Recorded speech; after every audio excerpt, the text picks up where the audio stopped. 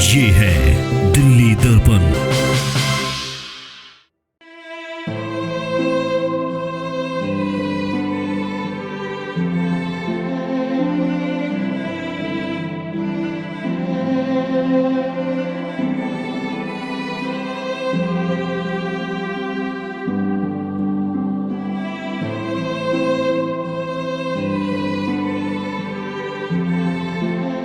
काम की नहीं रही और ये इस पे पैसा नहीं खर्चना चाहते, किसी एम्बुलेंस को बुलाना नहीं चाहते, दूध के लायक ये नहीं रही, तो अब ये चाहते हैं कि ये रोड पे ही सड़ी बड़ी सड़ जाए, मर जाए।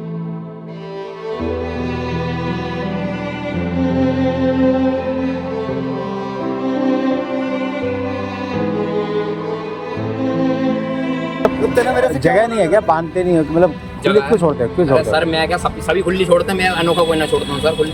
मेरा क्या, मैं सबकी बात कर रहा हूँ, सब क्यों छोड़ते हैं सब। अरे सर ये बंद के खाती तो नहीं है ना, चक्कर तो यही है। नमस्कार दोस्तों, मैं आज आपको फिर दिखा रहा हूँ दिल्ली में जो आवारा गाय हैं वो किस कदर बड़ी समस्याएं बन चुकी हैं, लोगों के लिए बड़ा खतरा बन चुकी हैं। इवन खुद बेचारे गौ माता वाहनों की टक्कर खा रही है, लोगों को टक्कर मार रही है, तो कहीं कचरा खाती हुई आपको नज़र आ जाएगी। इस वक्त मैं सावन पार्क इलाके में खड़ा हूँ, वजीरपुर विधानसभा क्षेत्र का हिस्सा।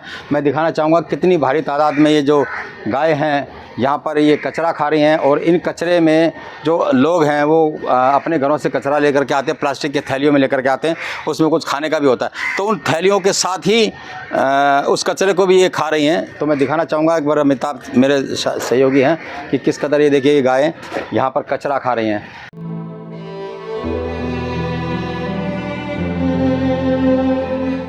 तो इसके साथ साथ ही मैं आपको कुछ दूरी पर एक गाय भी है जिसकी सूचना खुद अमिताभ ने हमें दी थी कि यहाँ पर एक गाय है, बहुत दयनीय हालत में है। पुलिस को भी कॉल किया गया उसके लिए, और तमाम जो आसपास के गाय हैं, पालने वाले हैं, जो डेयरी चलाते हैं, उनको भी इसकी सूचना दे दी गई है कि इसकी थोड़ी सी आकर के केयर करें, मदद करें कि वो किस हाल में है। सुबह से यहाँ पे भूखी पड़ी हुई है। बहुत सारे लोगों ने कॉल करके हमें बताया था कि आप ये दिखा रहे हैं और इस गौ माता का भी कुछ सुध ले, तो कोशिश है कि हम इसको ठीक ठाक एम्बुलेंस बुला रहे हैं। इसको ये है, आप देखिए काफ़ी देर से है ये, इसके पैरों में पट्टियाँ भी बंधी हुई हैं, क्या मक्खियाँ भिन बना रही हैं, बहुत बुरी तरह से दयनीय हालत में है। अमिताभ, क्या जानकारी मिली है, कब से ये गाय इस हालत में है? पिछले 3-4 घंटे से ये गाय यहीं पर मौजूद है, और जब मैं 4 घंटे पहले आया था तो ये थोड़ा सा बैठने की अवस्था में थी। अब इसकी कंडीशन इतनी ख़राब हो गई है कि ये अब शायद थोड़ी देर में और मृत हो जाएगी। और जब डेयरी वालों को फ़ोन किया गया जिनकी ये गायें हैं, तो उनका बोलना है कि जी हम अब आ रहे हैं, हम तब आ रहे हैं। इसके ऊपर मार्का लगा हुआ है, जिस मार्के के अनुसार बताया जा रहा है कि ये जो गायें हैं ये संगम पार्क में अवैध डेयरी चलाने वाले कालू और अमन की है, जो यहाँ से आकर के अभी हमारे सामने जा चुके हैं। लेकिन क्योंकि अब ये इनके काम की नहीं रही और ये इस पे पैसा नहीं खर्चना चाहते, किसी एम्बुलेंस को बुलाना नहीं चाहते, दूध के लायक ये नहीं रही, तो अब ये चाहते हैं कि ये रोड पे ही सड़ी बड़ी सड़ जाए, मर जाए। और चाहे यहाँ पे कोई महामारी फैल रही हो, मच्छर हो रहे हो, लेकिन कुल मिलाकर के ये इसकी इतनी बेकदरी करते हैं कि वही दूध आप लोग पी रहे हैं। आप लगा लीजिए कि कितनी बुरी अवस्था में। चलिए, अभी आपने देखा कि जब कोई गाय दूध देने लायक नहीं रह जाती है, काम की नहीं रह जाती, तो किस तरह से उसको मरने के लिए सड़कों पे छोड़ दिया जाता। तो ये गाय उसका एक प्रकट प्रमाण है। और अभी हमने जो आपको दिखाया था कि जो किस तरह से कचरा खा रही है, और जो गाय इस तरह से कचरा खा रही होगी, आप अंदाज़ा लगाइए कि उसका दूध कितना पौष्टिक होगा, कितना हानिकारक वो हो सकता है। और जो तमाम जो इसी तरह के जो जब शिकायतें आई थी बड़े पैमाने पर, जो आपने देखा होगा भलसवा डेयरी, आपके गाजीपुर डेयरी और शाबा डेयरी, तमाम डेयरी इलाकों में बड़े पैमाने पर कार्रवाई की गई थी। वो सब इन्हीं शिकायतों की वजह से की गई थी कि जो गाय हैं वो कचरा खाती हैं। गायों के स्वास्थ्य से तो खिलवाड़ होता ही होता है, लेकिन साथ ही साथ जो उन गायों का दूध पीते हैं उनके स्वास्थ्य के साथ भी बहुत बड़ा खिलवाड़ होता है। तो इन सब चीज़ों को ध्यान में रखते हुए बहुत बड़े पैमाने पर केवल डेयरियों पर कार्रवाई की गई। और मैं हैरान हूँ इस बात को लेकर के कि जो डेयरी के मालिक हैं, मुझे नहीं लगता कि वो कोई इस तरह के आवारा गायों को सड़कों पर छोड़ते होंगे, लेकिन कार्रवाई केवल वहीं पे हो रही है, और वो भी तमाम डेयरियों पे। और जबकि दिल्ली के कूचे में अलग अलग हर किस इलाके इलाके में आप जाएंगे, मैं वजीरपुर में हूँ, मैंने रोहिणी, शालीमार बाग, प्रीतमपुर, आसपास नॉर्थ दिल्ली के जितने भी इलाके हैं वहाँ सब जगह देखा है कि इस तरह बड़े पैमाने पर बहुत भारी तादाद में आपको आवारा गाय सड़कों पर घूमती नज़र आ जाएंगी और एक बहुत बड़ी ट्रैफिक समस्या भी उत्पन्न करती है और एक्सीडेंट का खतरा भी वो बना रहती है, खुद भी बेचारी मरती है। तो क्या प्रशासन की नज़र, दिल्ली नगर निगम की नज़र इन सब पर नहीं जाएगी? क्या इसके लिए भी कोई कोर्ट में जाएगा, कोई सदस्य अपना समय ख़राब करके उसका ध्यान इस ओर ले जाएगा, तब हरकत में आएगा? और कहाँ है वो गौरक्षक जो ये कहते हैं कि भाई गाय हमारी माता है? और जब उन गौरक्षकों से पूछा जाता है कि भाई ये जो इस तरह की इस दयनीय हालत में गाय पड़ी हुई है, इसको कौन उठाएगा? हालांकि मैं ऐसे गौ सेवकों को भी जानता हूँ, वो ढूंढते हैं ऐसी गायों को कि कब कहीं कोई लाचार, बीमार, बुजुर्ग या गाय कहीं फंसी हुई नज़र आ जाती हो तो उसको वो लेकर के जाते हैं और उसकी सेवा करते हैं। लेकिन जो गौशालाएँ चला रहे हैं, हमने उनको भी फ़ोन किया। मेरे एक साथी हैं प्रदीप कोहली, कल उनको भी एक ऐसी सूचना मिली थी कि वहीं निमड़ी कॉलोनी वार्ड में वो हैं, वहाँ पर एक गाय बहुत ही दयनीय हालत में थी, भूखी थी, कितने दिनों से प्यासी थी, अंदाज़ा नहीं था। तो बरसात का टाइम था, मैं वो वीडियो भी आपको दिखा रहा हूँ और उस मामले में भी मैं उसकी भी मैं आपसे बात कराऊँगा कि किस कदर वो सेवा कर रहा है। लेकिन जो गौ सेवकों के नाम पर, गौशालाओं के नाम पर चंदा लेते हैं, मोटा मोटा पैसा लेते हैं, जो एम्बुलेंस चलाते हैं, कितनी ही शिकायतें वो कर चुके, कितनी ही बार वो कह चुके, लेकिन कोई एम्बुलेंस वहाँ पर नहीं पहुँची।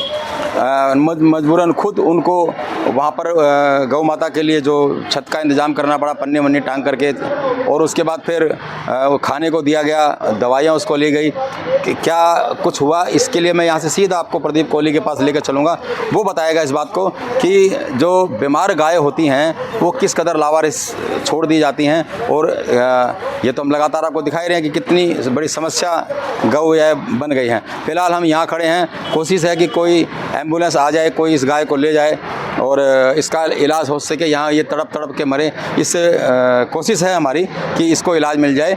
और जो डेयरी चालक हैं जिनकी ये गाय है, उनको भी सूचना दे दी गई है, जो इनको यहाँ पर छोड़ दिया जाता है। तो यहाँ से हम सीधा प्रदीप कोहली के पास चलते हैं और दिखाते हैं कि एक और ऐसी गाय जब उसे अस्पताल ले जाने के लिए या किसी गौशाला में भर्ती कराने के लिए कोशिशें हुई तो किस कदर सब तरफ से निराशा ही लगी। चाहे फायर को किया गया कि वो एक बार उसको किसी तरह से बाहर निकाल दे, फायर ने अपने हाथ खड़े कर दिए, जो गौशाला है उसने अपने हाथ खड़े करते। तो यहाँ से सीधे हम प्रदीप कोहली के पास चलेंगे।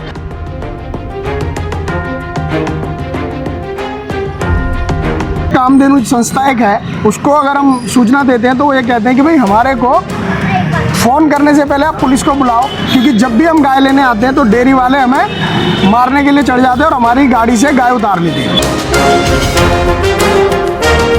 क्योंकि पुलिस प्रशासन के पास ऐसी व्यवस्था होती है, उन्होंने आके हाथ खड़े कर दिए। वो बोले कि भाई देखो हम इसको लेके नहीं जाएंगे, कि अगर ये नाले के अंदर होती तो हम इसे निकाल के तो बाहर कर सकते, लेकिन ऊपर लेके नहीं जाएंगे।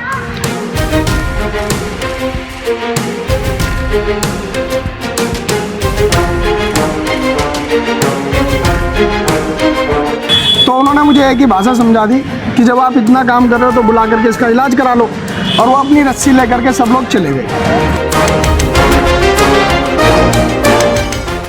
नमस्कार दोस्तों, दिल्ली दर्पण टीवी देख रहे हैं आप। अभी मैंने इस वीडियो के पहले भाग में आपको दिखाया कि साउंड पार्क जो रेलवे लाइन है उसके किनारे किस तरह से एक गाय सुबह से भूखी प्यासी तड़प रही थी। जो हमारे साथी अमिताभ चौधरी, उनके पहल पर मैं वहाँ गया और वहाँ देखा, आपको हाल दिखाया कि किस तरह से वो एक तरह से अंतिम सांसें ले रही थी, बहुत बुरी दयनीय स्थिति में थी। उसको खाना वाना खिलाया, पानी पिलाया, लेकिन इसके बगल में ही हमने देखा कि वहाँ जो एक खत्ता था वहाँ कचरा खा रही थी गायें, प्लास्टिक की थैलियाँ खा रही थी गायें। और बताया भी कि उस तरह के हालात में अगर जानवर खाना खा रहा होगा तो उसका दूध कैसा होगा। लेकिन अब मैं यहाँ उस जगह पर लेके पहुँचा हूँ, जैसे मैंने अपने पहले वीडियो में बताया था कि ऐसी ही हालत में, दयनीय हालत में एक गाय यहाँ पर मैं खड़ा हूँ। शास्त्री नगर का ये पुल है, गंदे नाले का पुल है यहाँ पर। यहाँ जो सुशील है और एक प्रदीप कोहली है, हमारे साथी हैं, ये 2 दिन से लगातार उस गाय की सेवा कर रहे थे।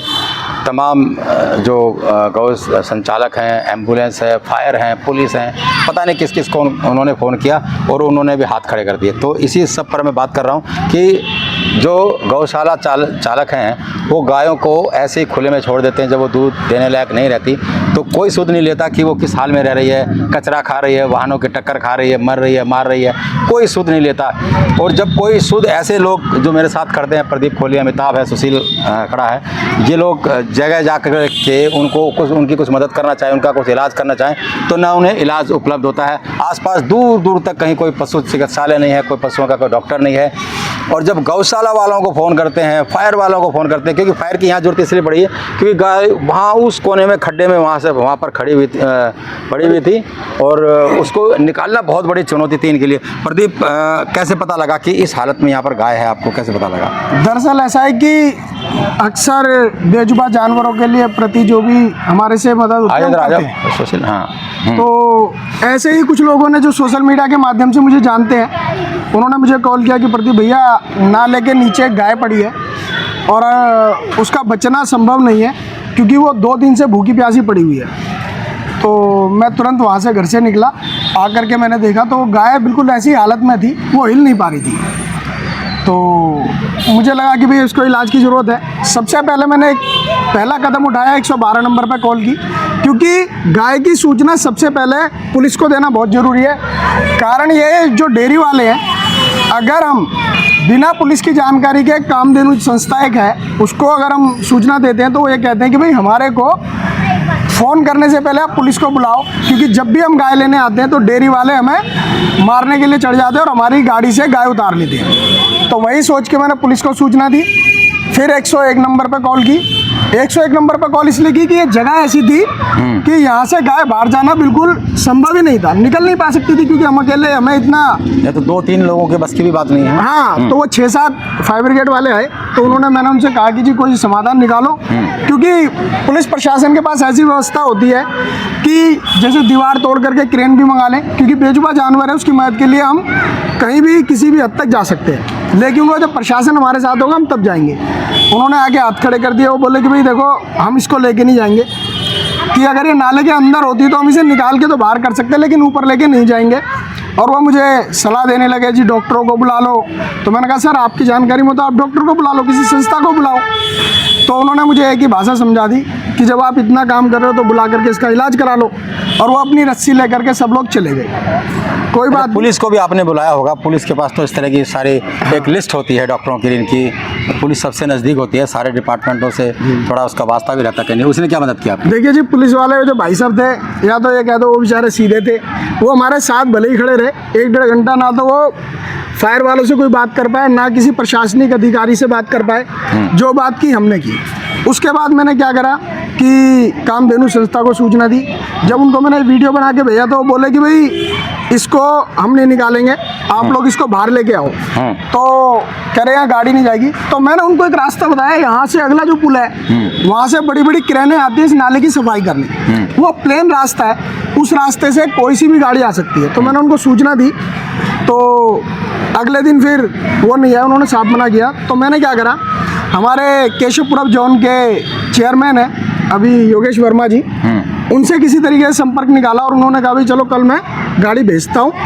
तो अगले दिन जब गाड़ी के लिए उन्होंने बोला तो उनका फ़ोन आया कि वैसे वो गाड़ी जो है हम भेज देते हैं। तो लेकिन क्रेन के माध्यम से ही इधर एक केबल डलनी थी, तो उनका 2-3 घंटे का काम था। तो मैंने कहा जी शाम के टाइम तक ये काम हो जाएगा। तो कामधेनु वालों ने मना कर दिया कि जी नहीं, तो फिर हम कल आएंगे। अगले दिन उन्होंने फिर मना कर दिया। मेरी उनसे बहस हुई, जैसे कि आप इस ऑडियो में सुनेंगे। तो उन्होंने क्लियर, मैं आपको साथ के साथ में वो विजुअल भी दिखा रहा हूँ जो उस प्रक्रिया में जब फायर के लोगों से इन्होंने बात की, जब कामधेनु वालों से इन्होंने बात की, और किस तरह से उस गाय की वो सेवा कर रहे हैं, क्योंकि उसमें बरसात भी हो रही थी। मैं देख रहा तिरपाल वगैरह उसमें आप डाल रहे हैं। रात का समय था, जैसे ही मुझे लगा कि मौसम खराब हो गया है, और मुझे थोड़ा सा डर तो ये था कि अगर पानी थोड़ा भी तेज आया तो गाय बिल्कुल पानी के बराबर थी, टच में ही समझ लो। थोड़ा पानी पड़ते ही वो गाय को, मतलब पानी गाय को भाग के ले आता। तो वो उसमें देखो हमारे पास कोई व्यवस्था तो थी नहीं, लेकिन हमने रात को आकर के, हमारे 3-4 साथी थे हमारे साथ, सुशील भाई थे, तो हम लोगों ने रात को पूरी तिरपाल बांध करके, जिससे कि गाय के ऊपर कम से कम पानी गिर करके वो ना मरे, क्योंकि ठंड का भी मौसम हो जाता है जब बारिश आती है। तो हमने बचाव किया। उसके बाद यहाँ के मनोज जिंदल जी हैं, उनके जो स्टाफ है उनसे बात की। उन्होंने जिस प्रशासनिक अधिकारी से गूगल से नंबर निकाले, वो सारे नंबर बनते हमारे सुशील भाई ने नंबर दिया है। जैसे कि सुशील भाई बताएंगे कि इन्होंने खुद आपने गूगल पर सर्च मार करके उन तमाम हेल्पलाइन के बारे में या जो इस स्थिति में आपकी मदद कर सकते थे कि उन्होंने हमने उन्हें बताया कि हमारा सिर्फ मकसद गाय की मदद करना है, हमारी कोई ग्रीवेंस नहीं, शिकायत नहीं थी किसी के खिलाफ। अब क्षेत्रीय पार्षद है तो सारी जानकारी इनके पास होती है। जैसे हम क्षेत्रीय पार्षद कार्यालय के अंदर गए, हमने वहाँ पे उन्हें बताया कि ऐसे ऐसे यहाँ पे ये प्रॉब्लम है। काफ़ी देर तो हम वहाँ बैठे रहे, उनके पास खुद ही विभाग के नंबर नहीं थे। उन्हें ये नहीं पता था कि कौन सा डिपार्टमेंट इस पर कार्रवाई करेगा। तो मैंने उन्हें बोला कि वेटरनरी डिपार्टमेंट होता है, पशु विभाग जो इस पर कार्रवाई करता है। एमसीडी को ही नहीं पता था? एमसीडी इनके ऑफिस में जो कार्यालय में जो थे उन लोगों को नहीं पता था कि कार्रवाई कैसे होगी, कौन करेगा। वो हमसे पूछ रहे कि बताओ हम क्या कर सकते हैं, किसे फ़ोन करें। मैंने आप इसे फ़ोन करो, उसका नंबर तो है नहीं। मैंने इसे ऑनलाइन गूगल से निकाल के, वेबसाइट से निकाल के नंबर दिया। फिर उन्होंने वो फ़ोन करा, जिसको वो फ़ोन करते वो अधिकारी कहता जी मेरा ट्रांसफ़र हो गया। फिर घूम के बात यही आती, देखो जी आपके सामने कॉल कर रहे हैं, हम क्या करें। मतलब कि उन्होंने भी एक पल्ला झाड़ लिया। हम विधायक कार्यालय गए सोमदत्त जी के, वहाँ पे उनके 2 व्यक्ति मिले जो कार्य थे, एक अमित थे। उन्होंने ना तो हमसे ढंग से बात करी। हमने उन्हें बताया भाई हम एक बेजुबान की मदद के लिए इधर आए हैं, तो आपका वो होता है। उन्होंने सीधा बोला आप जाओ राजेश गुप्ता के पास, ये तो उनका एरिया लगता है। मैंने भाई एरिया किसका लगता नहीं है, आपने तो देखा ही नहीं और आपने एकदम बोल दिया कि ये किसका एरिया लगता है। मैंने ये शास्त्री नगर आपका एरिया लगता है। और फिर कह रहे अरे आप मनोज जिंदल के पास जाओ, वो तो एमसीडी का वो लगता है। फिर मैंने बोला कि एमसीडी का भाई, जब एमसीडी में सरकार भी आम आदमी पार्टी की है, ठीक है, तो ये काम तो मेयर से भी कर सकता है। तो वो कह रहे इतने से काम के लिए मेयर आएगी। मैंने भाई एक तो उनकी जो लैंग्वेज थी इस तरीके से थी जैसे वो हमें मिला के कोई मदद वहाँ से आपको नहीं मिली? कोई मदद वहाँ से भी हमें नहीं मिली। फिर हम निराश होके आए। फिर प्रदीप भाई ने और लोगों से, पंडित जी से, चतुर्वेदी जी से करी, उन्होंने भी मदद मैं करी। थोड़ा सा इंटरप्ट कर रहा हूँ कि वहाँ पर ऐसा ही हुआ कि जिस डिपार्टमेंट को संपर्क किया गया कोई भी उपलब्ध नहीं हो सका। न जो गौ सेवक हैं वो वहाँ पर नज़र आए, न वो गौ पालक और गौशाला चलाने वाले लोगों ने कोई मदद की। पुलिस भी आई मौके पर, कल जैसे हमने बताया आपको, पुलिस भी ऐसा है महसूस कर रही थी कि उसको भी नहीं समझ में आ रहा था कि वो ऐसी स्थिति में क्या करे। तो ये ही सिचुएशन यहाँ पर मिली। आखिरकार किसी भी डिपार्टमेंट से मदद नहीं मिली। उसके बाद क्या हुआ? अब क्या वो गाय कहाँ है, किस स्थिति में है आपकी जानकारी में कुछ क्या है? देखिएगा जी, हमने तो बिल्कुल मतलब हिम्मत हार गए थे हम लोग। हमें लगा कि भाई अब कुल मिलाकर के समाधान यही है कि जैसे हमारे एक और साथी बेचारा सलमान, उसने मुझे फ़ोन किया तो भैया हम पाइप ला करके उस गाय को किसी तरीके से 10-15 लोग उसको बाहर लेके आएंगे, लेकिन वो शायद मुझे लग रहा है संभव नहीं था। फिर मैंने अपने 4-6 लोगों से संपर्क किया जो थोड़े दबंग भी थे, तो उन्होंने कहा कि प्रदीप तू थोड़ा समय दे, हम डेयरी वालों से बात करते हैं। उन्होंने डेयरी वालों से क्या बात की, रात के समय ही वो डेयरी वाला गाय ले गया। अब ये मुझे पता नहीं चला वो गाय लेके कौन गया। तो मैंने उनसे बोला कि भैया वो गाय वो सुबह के लिए टाइम दिया था तो आप पता करो। तो उन्होंने बताया कि वो गाय तो रात को उठा के ले गई। अब वो गाय ठीक है या बीमार हालत में मर गई है या क्या कह सकते हैं, उस गाय का अभी तक हमें पता ही नहीं है उस गाय है कहाँ। लेकिन फिलहाल वो इस जगह से वो गाय ले गए क्योंकि उसे पता है सोशल मीडिया के माध्यम से इतना चर्चा हो चुका था कि अगर उस गाय के साथ कोई घटना घट जाती तो शायद बहुत बड़ा फिर इस पर राजनीति करने लगते, बड़े बड़े संगठन आ जाते। लेकिन जब तक वो बेजुबान जिंदा था तब तक उसकी किसी ने मदद नहीं की। अब जो जिसको भी संपर्क किया उन्होंने, उसका पता लग पाया कि वो किस स्थिति में कहाँ है? मैंने उनसे संपर्क किया था तो वो गाय वालों ने वीडियो भेजी नहीं है, तो मुझे यहाँ कहीं ना कहीं गड़बड़ लग रही है। तो हो सकता है कि उन्होंने नाले में इसी नाले में बहा दिया होगा, क्योंकि इतना यहाँ तक निकालना, अगर वो सही होता तो वीडियो भेज देते, वीडियो भेज देते। मैंने कामधेनु वालों को, मैंने हर जो भी मुझसे संपर्क हुआ, मैंने कहा आप मुझे रात को 2 बजे भी बुलाओगे ना, मैं खुद उस जगह आकर के तुम्हारी मदद करूँगा। लेकिन कहते ना कि भाई हार गए थे हम लोग। चलिए, तो ये थे जिस गाय को बचाने के लिए इन्होंने पूरे कई दिन तक, 2 दिन तक लगातार मशक्क़त की, कई डिपार्टमेंटों को फ़ोन किया, विधायक, पार्षद, फायर, जो कुछ हो सकता था सब कुछ किया। और अब जब इनको पता लग रहा है कि वो गाय यहाँ नहीं है, तो ये कहना भी मुश्किल है कि वो कहीं होगी भी। संभावना है कि ये जो नाला चल रहा है कहीं इसमें ना उस गाय को बहा दिया गया हो या कहीं और कहीं उसको ठिकाने लगा दिया हो, पीछा छुड़ा दिया हो। क्यों? क्योंकि वो गाय जिंदा है या उसका इलाज चल रहा है। इस तरह की कोई जानकारी बार बार मांगने के बाद भी वो गौ जो पालक हैं, जो गौ डेयरी चलाने वाले हैं, वो नहीं दे रहे हैं। तो मकसद इस वीडियो को बनाने का यही है कि इस देश में सनातनी सरकार में कितना हो हल्ला गौ रक्षकों का होता है, गौ की कितनी चिंता होती है, लेकिन असल में जहाँ चिंता करनी चाहिए, जहाँ सेवा करनी चाहिए, वहाँ हो क्या रहा है। ये दोनों वीडियो आपको ये समझाने के लिए काफ़ी हैं कि जो गाय जब दूध देने लायक नहीं रहती तो उसको इसी तरह से मरने के लिए छोड़ दिया जाता है, कष्ट से तड़प तड़प कर वो मरती है। किसी भी गौ सेवक का ध्यान उसकी तरफ नहीं होता। और सरकार के इंतज़ाम तो आपने देख ही लिए कि फायर को बुलाया गया, एमसीडी को बुलाया गया, पुलिस प्रशासन सबको कह दिया गया, लेकिन कोई भी उस गाय को यहाँ से निकाल नहीं पाया। और ख़ुद इनसे कह रहे हैं कि आप निकालिए। जो इतनी बड़ी एजेंसियाँ हैं, इतनी बड़ी संस्थाएं हैं, वो जो काम नहीं कर सकती, वो कैसे उम्मीद कर सकती हैं कि वो ये काम करेंगे। तो ये पूरा का पूरा कच्चा चिट्ठा है। अगर आप गूगल पे भी सर्च मारेंगे तो जो नंबर आपने दिए हुए, जैसा सुशील ने बताया, हर नंबर रॉन्ग नंबर निकला, गलत निकला, कहीं से कोई मदद नहीं मिली।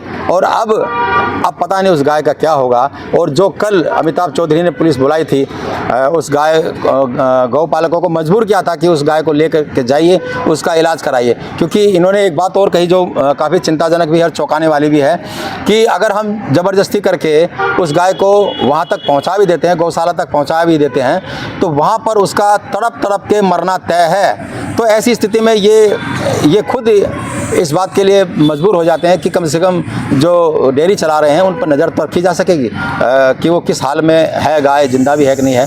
तो एक बहुत बड़ा सवाल है। इस सवाल का जवाब अब कौन देगा कि अगर ऐसी हालत में गाय हो रही हो तो उसकी मदद कोई इन जैसे जो लोग सच्चे गौ सेवक, जिनको मैं कहूँगा समाज सेवी, कुत्ते बिल्लियों के लिए भी परवाह करते हैं, तो उनकी मदद कौन करेगा। मदद करने वाली सारी एजेंसियों का हाल क्या है वो आपने इस वीडियो में देखा। इस वीडियो को ज़्यादा से ज़्यादा शेयर किए और उन तमाम सत्ता के केंद्र में बैठे जो गौशाला चला रहे हैं, गौ पालक के नाम से चंदा इकट्ठा कर रहे हैं गौशालाओं के नाम पर, और लेकिन वो कर क्या रहे हैं और उसके जवाब में ये लोग कर क्या रहे हैं, फ़र्क आप महसूस कीजिए कि असली गौ सेवक कौन है। राजेंद्र स्वामी, दिल्ली दर्पण टीवी। लेटेस्ट खबरों के लिए सब्सक्राइब करें हमारा YouTube चैनल या फिर लॉग ऑन करें www.delhidarpantv.com। खबरों की कवरेज और विज्ञापनों के लिए संपर्क करें।